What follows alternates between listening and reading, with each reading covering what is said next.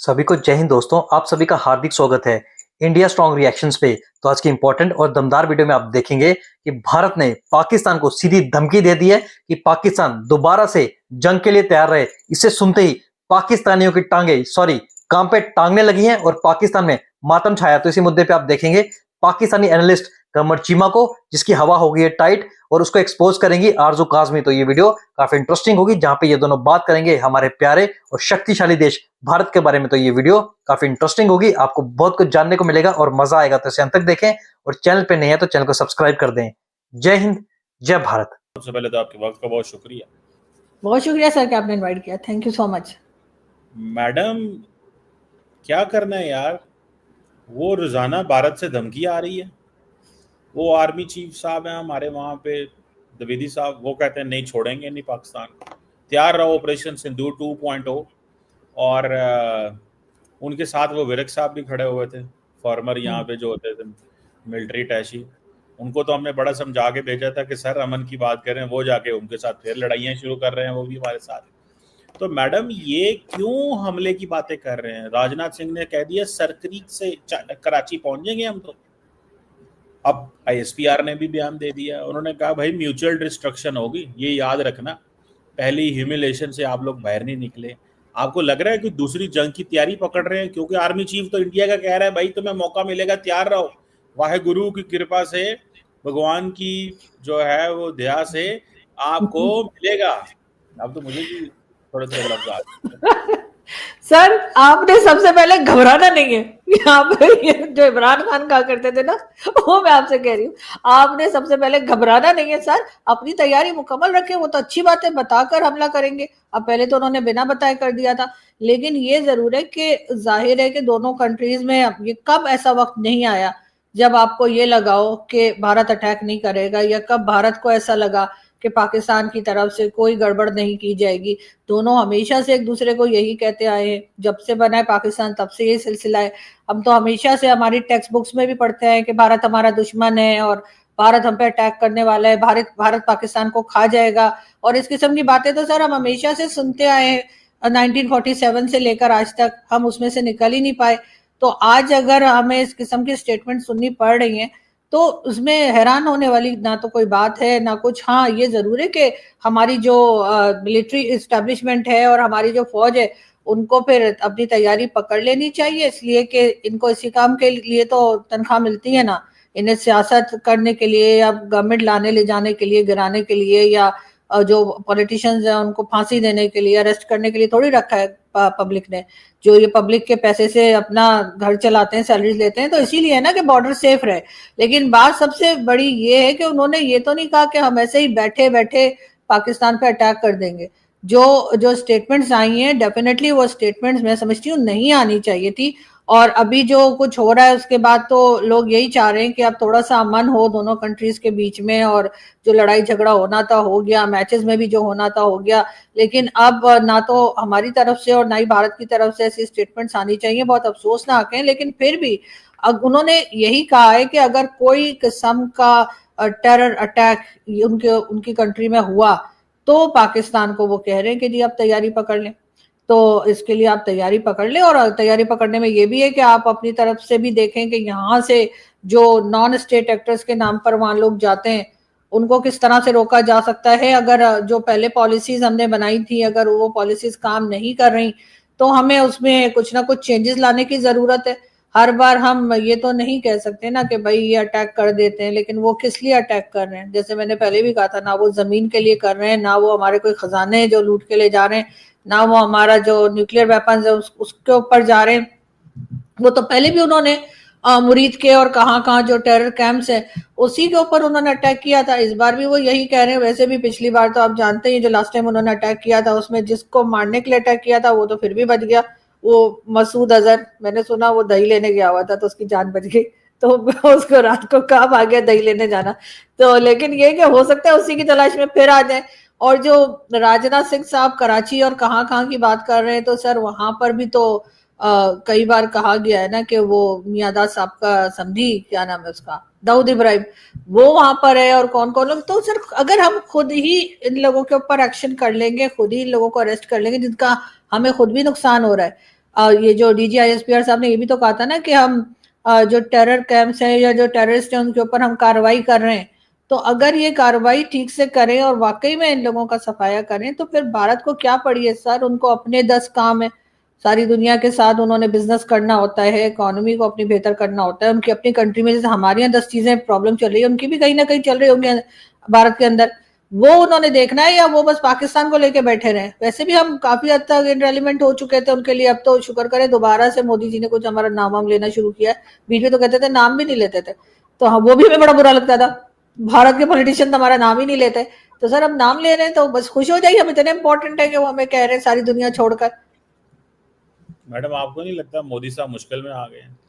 मतलब कहना था वो हमने आइसोलेट कर दिया इनको, इनका तो कुछ भी नहीं है, और अब वो कह रहे हैं जनाब कि नहीं नहीं पाकिस्तान को हम छोड़ेंगे नहीं, ये कर देंगे वो कर देंगे। दुनिया के जिस मुल्क के सामने जाते हैं हमारा नाम लेते हैं, हमें ये देखो क्या। अरे यार चिमक, क्या हो गया? घबराना नहीं है भाई, क्या हो गया? नीचे से टांगे कांप रही हैं। अरे तुम्हारी तो हवा टाइट होगी। अरे तुम तो जज्बे वाली कौम हो यार, भारत पे हमला करने वाले थे तुम लोग तो। भारत को तुमने जवाबी कार्रवाई में तुमने जहाज गिरा दिए। अब क्या हुआ? पिछवाड़े में आग लग गई, ये पिछवाड़े से दम निकल गया। अब दूसरी बात ये बताओ, तुम तो पूरी जिंदगी अपनी आवाम को यही चूरन बेचते आए हो कि भारत हमें खा जाएगा, भारत हमें हमला करेगा। अब जब भारत बता के तुम पे हमला करने वाला है तब तुम गिदड़ बन गए हो और जाके अपने फौजियों के बेड के नीचे जाके छुपने की कोशिश कर रहे हो। और ये सही बात है कि तुम पाकिस्तानियों को भारत से ऑब्सेशन है, भारत को घंटा फर्क नहीं पड़ता। मैं सच बताऊं तो एक आम भारतीय पाकिस्तान के बारे में डिस्कस भी नहीं करता।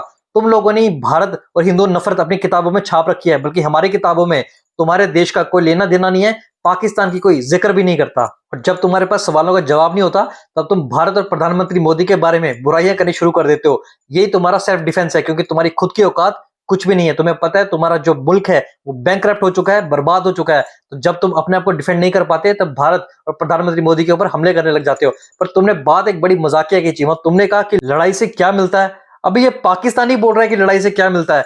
वो जिसने मजहब के नाम पे मुल्क लिया, जिसने कत्लेआम करके अपना मुल्क बनाया, टू नेशन थ्योरी को याद करो। और तुम कह रहे हो कि लड़ाई से क्या मिलता है, जिसने भारत के ऊपर 4-4 जंगे जो हैं वो थोपी, वो कह रहा है लड़ाई से क्या मिलता है। मतलब पाकिस्तानी अगर ऐसी बात करे तो मैं इसको सिर्फ एक मजाक ही मानूंगा। पढ़ रहा था इंडिया के अंदर, वो कह रहे थे क्यों भारतीय फौज का आप इम्तिहान ले रहे हो, वाई, क्यों फौज का इम्तिहान लेते हो? फौज नहीं लड़ना चाहती।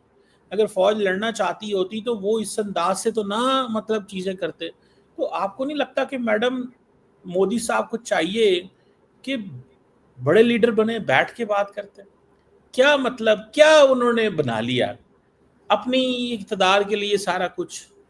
तो ये जो अब बातें हैं कि जी मोदी साहब जो हैं वो फिर लड़ना चाहते हैं, तो मोदी साहब को इसमें क्या सूट करता है लड़ाई में मैडम? क्या उनको क्या एक ऐसा मिलता क्या है लड़ाई से? ये सवाल है वैसे कि क्या है लड़ाई में जो वो पाकिस्तान से लड़ना चाहते हैं। ये बहुत सारे लोग सवाल पूछ रहे हैं आजकल मैडम। सर देखें, सबसे पहले तो हमें आइसोलेट नहीं किया जा सकता, ये बात मेरे ख्याल है कि मोदी जी को समझनी पड़ेगी। इसलिए कि सर आधी दुनिया से हमने कर्जा लेके रखा हुआ है और बाकी आधी दुनिया से हम मांग रहे हैं और उनको सोच पे रखा हुआ है। तो सर नहीं नहीं नहीं नहीं नहीं नहीं सर, पुराना नहीं है सर, आर्ग्यूमेंट पुराना नहीं है। आप पुराना तो तब होता जब हमने पैसा लेना बंद कर दिया होता। इस वक्त भी आप देखिए, हम एक ही जगह चाइना को भी बेच रहे हैं, वही जगह हम अमेरिका को भी बेच रहे हैं। सर हम इनरेलीवेंट कैसे हो सकते हैं? और बाकी सॉरी आपकी बात काटने लगा, सॉरी, मुझे सिर्फ ये बताया 1000 किलोमीटर की पट्टी है हमारा, 1000 किलोमीटर लंबा कोस्टल लाइन है। आप कह रही हैं वही चाइना को बेच रहे हो, वही अमेरिका को बेच रहे हो। ओ भाई एक चीज 100 मील दूर है भाई, चाइना ने पूरे 1000 किलोमीटर का ठेका तो नहीं ना हमारे साथ किया हुआ भाई। चाइना ने ठेका किया है, फॉर एग्जांपल वो ग्वादर में आए, उन्होंने इन्वेस्टमेंट की कि हम इस पोर्ट को बिल्ड करेंगे। भाई वो पोर्ट होगी लेट्स से जी 50 किलोमीटर की पोर्ट, मैं मिसाल दे रहा हूँ, ठीक है, ग्वादर जी 100 किलोमीटर का। भाई वो 900 किलोमीटर हमने पटे पे लिख के तो नहीं दे दिया चाइना को या किसी मुल्क को भी कि भाई तुम यहाँ पे दुनिया में कोई मुल्क यहाँ पे आ ही नहीं सकता। कैसी बातें करती हैं आप? तो अपने घर के, मेरी बात तो सुन लें, आप बजाय इसके कि आप खुश हों कि इधर अमेरिकन आएंगे, इधर चाइना आएगा, इधर फलां होगा, इधर फ्रेंच आएंगे, इधर ये कंपनी पैसा लगाएगी, इधर ब्रिटिश कंपनी पैसा लगाएगी, इधर हो सकता है कल को कोई और कंपनी, मतलब आप इस चीज से खुश हो? आप कह रही हैं एक ही चीज दो लोगों को बेची जा रहे हैं। सर देखें, अभी तो फिलहाल कंपनीज जो है वो पाकिस्तान से निकलती हुई दिखाई दे रही हैं। जो मल्टीनेशनल कंपनीज हैं वो एक एक करके जा रही है। यामाहा वाले भी चले गए, शेल वाले भी चले गए, और भी कई दूसरे जो हैं वो जा रहे हैं और कई जा चुके हैं। तो ये कहना तो अगर आप छोड़ दें कि जी अमेरिका आएगा तो यहाँ पर बड़ा कोई अपनी कंपनीज को ले आएगा, या चाइना अपनी कंपनीज को ले आएगा, और दोनों अमेरिका और चाइना जो है इनकी आपस में वैसे भी नहीं बनती। और वहां पे हालात आपने देखे हैं, हर दूसरे दिन जो है, पहले तो चाइना शिकायत करता रहता था जी हमारे वर्कर्स को मारा जा रहा है, हमारे जो इंजीनियर हैं उनको मारा जा रहा है। क्या अब अमेरिका भी ये चाहेगा? क्या आपने वहां की सिक्योरिटी को ठीक किया है? क्या जिनकी जमीन आप दे रहे हैं, कि आप कह रहे हैं इतने हजार फिट और इतने हजार वो जमीन है, सर जिनकी जमीन है उनसे बात की है आपने, या उनको जेलों में डाल रखा है आपने, डॉक्टर मारंग बलोच और दूसरे लोगों को? उसके बाद उनकी जमीन बेचे चले जा रहे हैं। और फिर आगे से कहते हैं जी भारत पता नहीं क्यों हमारे पीछे पड़ा हुआ है, भारत ने हमें आइसोलेट नहीं, भारत हमें आइसोलेट करना भी चाहे तो नहीं कर सकता। मैं फिर वही कहूंगी, आपको बुरा लगता है, लेकिन सर बहुत जगह से आपने पैसा पकड़ रखा है, अगर आप चाहे भी तो लोग आपको नहीं छोड़ेंगे। हाँ, आपके पीछे आप उनको, ये जरूर है कि आप उनको जलेबियां बनाकर और यहाँ से टोपी ड्रामा करके वापस भेज देंगे ट्रक की बत्ती के पीछे लगाकर, वरना लोग आपको छोड़ेंगे नहीं। और भारत का जहां तक ताल्लुक है, तो वो तो भाई कह रहे हैं कि भाई अगर हमारे यहाँ दोबारा किसी किस्म का अटैक हुआ तो फिर हम दोबारा अटैक करेंगे। वो चीज उन्होंने, अब पहले वो लोग बात नहीं करते थे, उनके आर्मी चीफ का नाम तक किसी को नहीं आता था, अब उनके आर्मी चीफ ने स्टेटमेंट दे दिया ना। हमारे यहाँ तो लोग किसी को जाने या ना जाने, आर्मी चीफ का नाम सब जानते हैं पाकिस्तान में हमेशा से। तो उनकी आर्मी तो जरा इस तरीके से मीडिया वीडिया पे नहीं आती है, लेकिन अब कोई बात ऐसी तंग हो गए होंगे जिसकी वजह से उन्होंने दिया है। तो हमें उसमें नाराज होने के बजाय अपनी कंट्री में काम करना चाहिए। हमारे यहाँ से जो इस तरह के लोग वहां पर पहुंचते हैं और फिर कर रहे हैं गड़बड़ करते हैं, कर रहे हैं उनको कंट्रोल करेंगे। कहाँ कर रहे हैं सर? नहीं कर रहे ना। अभी तक आपने जो नामी घरामी अगली किस्म दफा के गुंडे वजीर या आजम ने कहा, पिछली दफा 7 जहाज गिराए थे, अगली दफा हो सकता हम 15 गिराएं, काम कर रहे हैं, फिक्र ना करें। सर वो जहाज जो आप लोग गिरा रहे हैं ना, वो पता नहीं, आप हो सकता है 160 जहाज भी गिरा दें, लेकिन अगर आपका आपके पड़ोसियों के साथ आपके टर्म्स खराब हैं, अब अफगानिस्तान को देख लीजिए वो कितनी मार लगा रहा है कि आपके डिफेंस मिनिस्टर अब ये कहने पे मजबूर हो गए कि जी अफगानिस्तान हमारी दुश्मन कंट्री है। ऐसा जो है ख्वाजा आसिफ साहब ने कई बार कहा है, जबकि वही अफगानिस्तान है जहां पर जा जाकर आपने गवर्नमेंट बनाई थी तालिबान की। यार मैडम, अगर रोज वहां से टीटीपी के बंदे आके पाकिस्तान की फौज पे हमले करेंगे, सिविलियंस को कत्ल करेंगे, तो क्या हम अफगानिस्तान को क्या कहें कि भेजते रहो? क्या आप तो ये तो पहले भी आ रहे थे सर, ये तो पहले आप कंडेम करें? आपका मसला ये, आप उल्टा उनके साथ मिल जाती हैं मैडम यार। मतलब नहीं पाकिस्तान की नहीं बात करें ना कि भाई वो वहां से जो बंदे आ रहे हैं, अफगान तालिबान टीटीपी जो आ रही है, वो पाकिस्तान में आ रहे हैं, तो उनकी जो तश्कीलें उनको कहते हैं, वो जो तश्कीलें आती हैं भाई, सर उनको देख, एलिमिनेट करना है। आप कहती हैं आपके उनसे हालात खराब है, भाई वो उनको बेचना बंद कर दें। वो उनको कहाँ भेज रहे हैं सर? ये तो बहुत पहले से सिलसिला चल रहा है और आप लोगों ने खुद ही सिलसिले को हवा दी। आपके तो जो है यहाँ पर लाके बसाने की भी बात की जा रही थी टीटीपी वालों को एक जमाने में, इमरान खान के टाइम पे, और उसके बाद आप लोग इनको फंड करते रहे हैं। और जब जब अगर आप हिस्ट्री उठा के, मैं फिर वो आप कहेंगे मैं शकील चौधरी साहब की तरह बात कर रही हूँ, लेकिन नहीं, मैं उतनी पुरानी हिस्ट्री पे नहीं जा रही। लेकिन इमरान खान और उससे पहले की जो गवर्नमेंट थी, अगर आप देखें जब जब IMF से पैसा आया या वर्ल्ड बैंक से पैसा आया, तो उस वक्त जो अटैक्स चल रहे थे पाकिस्तान पे टीटीपी के, वो रुक गए। क्यों रुक गए? क्योंकि आपने उनको फंड किया, आपने उनको हथियार दिया, आपने उनको पैसा दिया, तो वो बैठ गए। जब पैसा खत्म हो गया उन्होंने फिर अटैक करना शुरू कर दिया। अगर आप इस किस्म की चीजें करेंगे, आप इन लोगों को पहले आप ही ने पाला ना, आपका ख्याल था कि शायद कहीं और जाके उधम मचाएंगे, लेकिन ऐसा नहीं हुआ। आपके सर पे आके फटना फुटना शुरू हो गए, तो फिर अचानक आपको लगा हो ये तो टेररिस्ट हैं। और यही चीजें आपने शुरू से पाकिस्तान इसी तरीके की चीजों के ऊपर चला है। अगर हमने शुरू से लोगों को कंट्रोल किया होता, सिर्फ ये नहीं, हमारे यहाँ जो बाकी घूम रहे हैं, TLP वाले घूम रहे हैं और बाकी लोग हैं, इनको इनके ऊपर भी कोई एक्शन नहीं होता, फिर आप उन्हें डिफेंड करने आ जाते हैं कि नहीं नहीं जी वो तो कुछ नहीं करते, बड़े मासूम लोग हैं। तो सर यहाँ पर अगर पॉलिसी ही गलत है तो फिर यही। हाँ भाई चीमा, तुम्हारे पाकिस्तान में तो बड़ी ज्यादा इन्वेस्टमेंट आ रही है, इधर अमेरिका, इधर चीन, इधर रशिया, इधर सऊदी अरेबिया।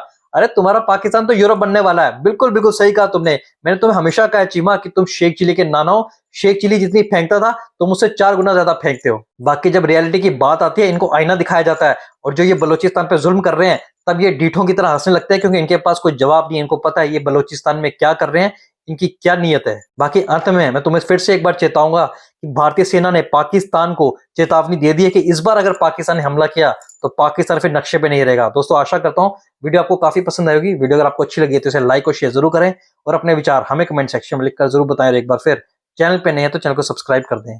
जय हिंद, जय भारत।